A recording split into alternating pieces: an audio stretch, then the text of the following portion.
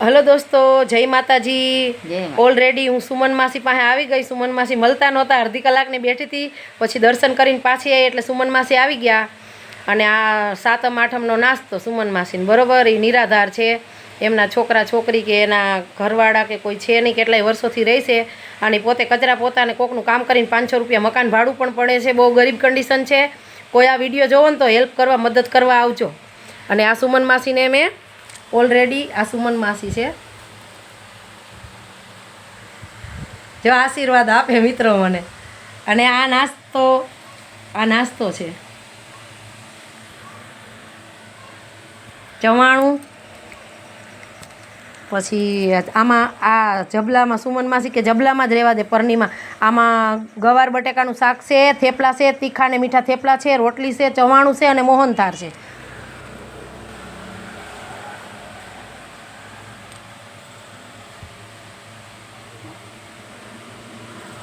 ચવાણું, રોટલી, થેપલા, તીખા અને મીઠા થેપલા, મોહનથાળ, ચવાણું અને શાક રોટલી। આ સુમન માસીનો નાસ્તો। કાલે સાતમના દિવસે હું આવી નથી હગી, વરસાદ બહુ હતો, આજે પણ વરસાદ હતો તો પણ હું પાણી બહુ હતું તો પણ આવી છું। મને એમથી સુમન માસી બિચારા 12 મહિનાનો તહેવાર કોઈ આપ્યું હોય છે કે નહીં આપ્યું હોય તો હું મદદ કરી આવું, થોડીક થાય એટલી હેલ્પ। નજીક રહેતી હતી તો રોજ આવતી હતી ને આપતી હતી, પણ હું દૂર રહેવા જતી રહી છું। સુમન માસી કેમ રોવા માંડ્યા?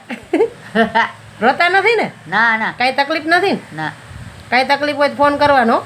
નંબર મેં લખીને આપ્યો જ છે તમને, નો આપ્યો ખોવાઈ ગયો હોય તો બીજી વાર લઈ લેજો। હું મીનાક્ષી જો બેન જોશી, આ સુમન માસી છે, મરાઠી છે, બહારના છે, કેટલાય વર્ષોથી અહીંયા રહી છે। હું આવું સારું લાગે ને સુમન માસી? હે અહીં રહેતી ખાવું પીવું ચા પાણી આપતી સારું લાગતું નહીં? બધું આપતી હતી સારું હતું ને એમ। હવે દૂર જતી રહી પણ ક્યારેક ક્યારેક આવું છું।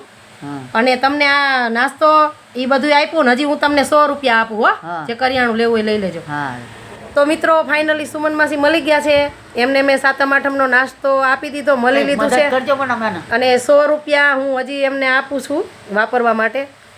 અને અમુક વાર કાંઈ કરિયાણું થઈ રહી તો હું એમ તો આવું છું, દાળ ભાત લોટ એવું લઈ દઉં છું। કોઈ પણ તમારા આજુબાજુની એરિયામાં હોય કે ક્યાંય પણ હોય, ક્યાંય બાપુનગરમાં કોઈ રહેતા હોય, તમારે મદદ કરવી, હેલ્પ કરવી હોય તો આ સુમન માસીની કરજો, કેટલાય વર્ષોથી રહી છે।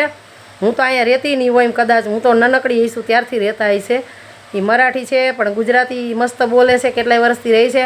અને ગવર્મેન્ટ સરકારને મારી રિક્વેસ્ટ છે કે આવા લોકોની હેલ્પ કરો અને સહાય કરો, કોઈ પર વિતરણ કરો, વસ્તુ કીટ આપો કે પૈસા આપો કે કાંઈ પણ વસ્તુ આપો, ગરીબ માણસોને, નિરાધારને, લાચારને, મજબૂરને પહેલાં આપો, એટલી મારી રિક્વેસ્ટ છે। હર હર મહાદેવ, જય માતાજી। હું મીનાક્ષી જોશી, હું મીનાક્ષી જોશી અમદાવાદથી।